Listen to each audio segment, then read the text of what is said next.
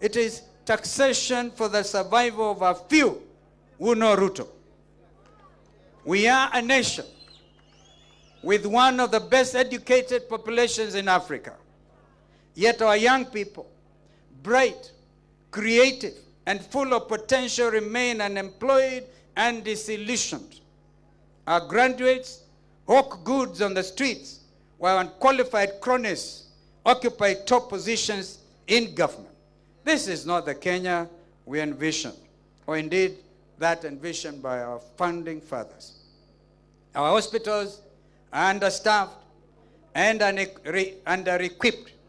Mothers give birth in fear, literally, in fear, because they don't know whether this share thing will pay their bill. Doctors go unpaid. Our hospitals run out of essential drugs. What should be universal health care has been turned into a playground of corruption. Share shift forced on Kenyans has become the most consequential threat to our well-being. Education, once the key to opportunity, has become a burden. Parents are drowning in debt. Teachers and lecturers are demoralized. Students are uncertain of their future. As we speak, some of our best brains in this country, university dons, are on strike, and nobody seems to care. They have gotten our universities defunded, literally.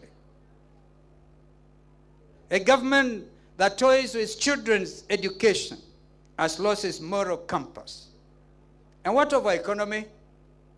Once a beacon of growth, it now lies in disarray. Industries have closed, investors are fleeing, and ordinary Kenyans are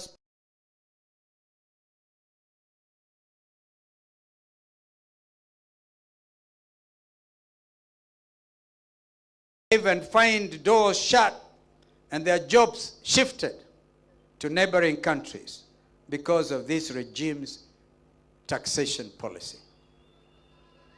What about this regime's insatiable appetite for loans upon loans upon loans?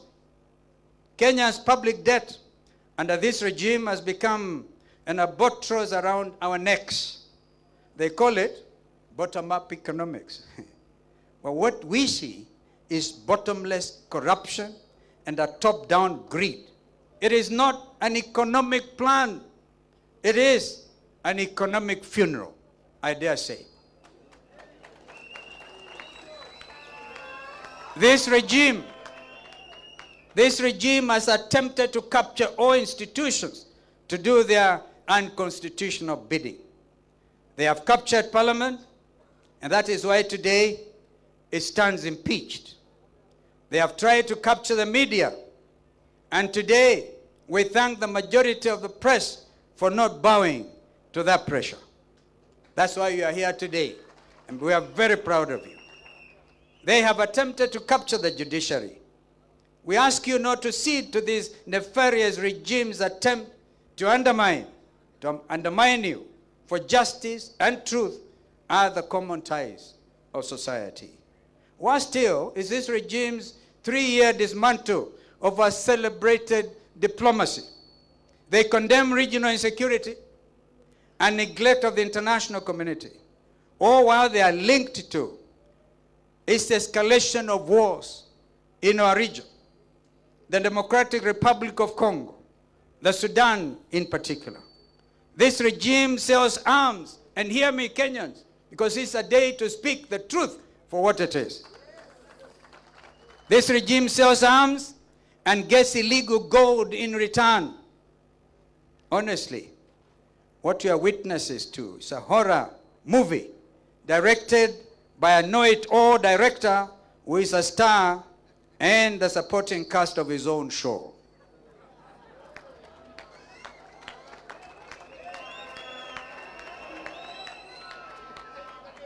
The Ruto regime calls for reforms of international institutions and global agendas, including climate change. while he auctions our forests for carbon credits for his own personal aggrandizement. Kenyans must know this. Even our forests, our national parks are up for auction. The very oxygen we actually breathe. Most heartbreaking of all is the plight of our young people, the Gen Z generation, bold, creative, and courageous, took to the streets to demand justice, to demand jobs, to demand dignity and accountability. But their voices on June 25th, 2024 were met not with dialogue, but with bullets and intimidation. A government that silences its own children has lost the right to lead. Wazalendo wenzangu. But I stand here to tell you, we are not doomed. Kenya can rise again, and Kenya will rise again. Under a patriotic administration, and together with our partners, we shall build a nation that works for all, not for a select few. We will deliver a 24-hour economy that ensures all of us are part and parcel of growing our basket, and together we shall lower the cost of living. Costs of fuel and electricity must be lowered if we are to get these jobs back to our industry, if we are going to yet again attempt to industrialize our country. Transformational projects like the High Grand Falls Dam that will generate 700 megawatts of electricity, a Vision 2030 project under Kibaki and ourselves, must be activated, not Ruto-preneured.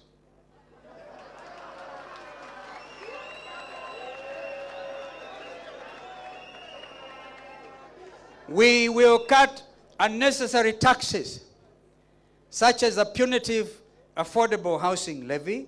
That is nothing short of quindy to steal from Kenyans. We have said time and again, Executive Order number 1, get rid of housing levy.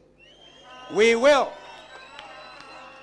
have an affordable, relatable, and predictable policy that not only addresses our challenges, but also considers the vast opportunities in manufacturing, in agriculture, in education, and in blue economy. Our economy be driven by innovation and integrity, not corruption and coercion. We will create real jobs for the youth. Every county will have a functional youth enterprise fund. Remember, youth enterprise fund swept under the carpet. Which will be transparent and theft-free.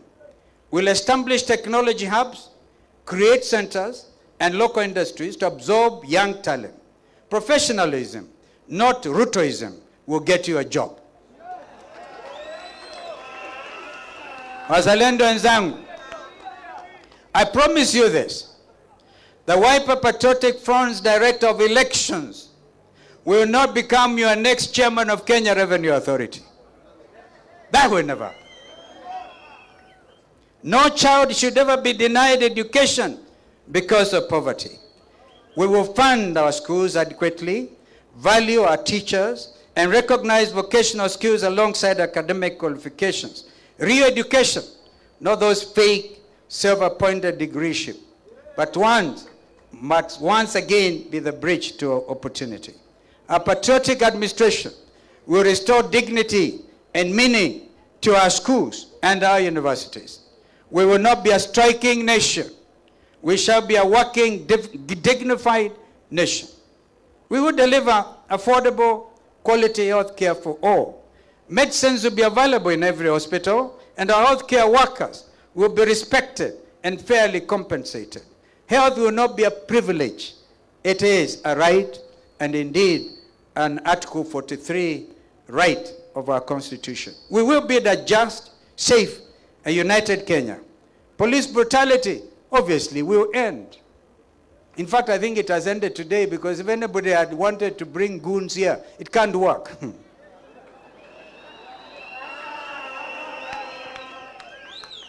No more abductions, because those are terrible. And no more fear. We will unite Kenyans across all communities, because a divided nation indeed cannot prosper. These are not empty promises. These are concrete plans, practical, people-centered, and achievable. This is what a Kalonzo Musyoka-led administration will stand for: justice, opportunity, dignity, constitutionalism, and the rebirth of this nation. My brothers and my sisters, the time for lamentation is over. The time for excuses is gone. The moment for change is now. This movement is not about you, the people of Kenya. It is about your families, it's about your children, about your children's children, and the future of this nation.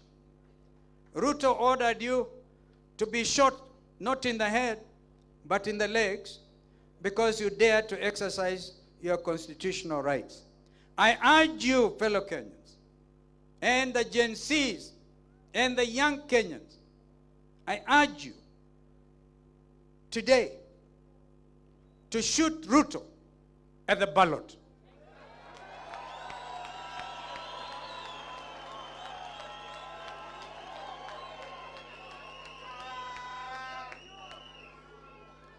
If you have not yet, I implore you to register to vote. How many of you are ready to shoot Ruto at the ballot?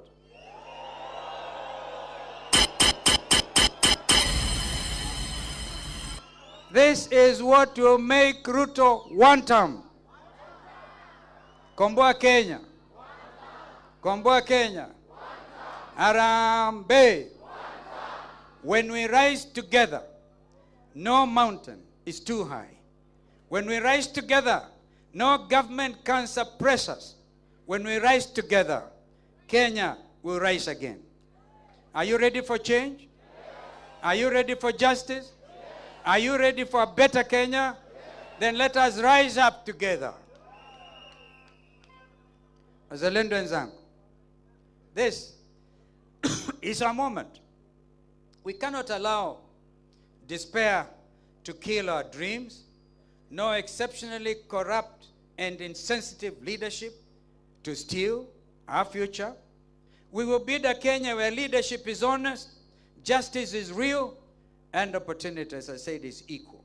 We will build a Kenya where every child is safe, even in our own living room. We will in honor and remembrance, remember Bridget Joki, who was shot by a police bullet in Kiambu, sitting by her parents' living room, watching television.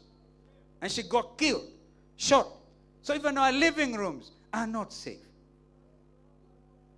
I salute our farmers, our mama boggers, and our border riders.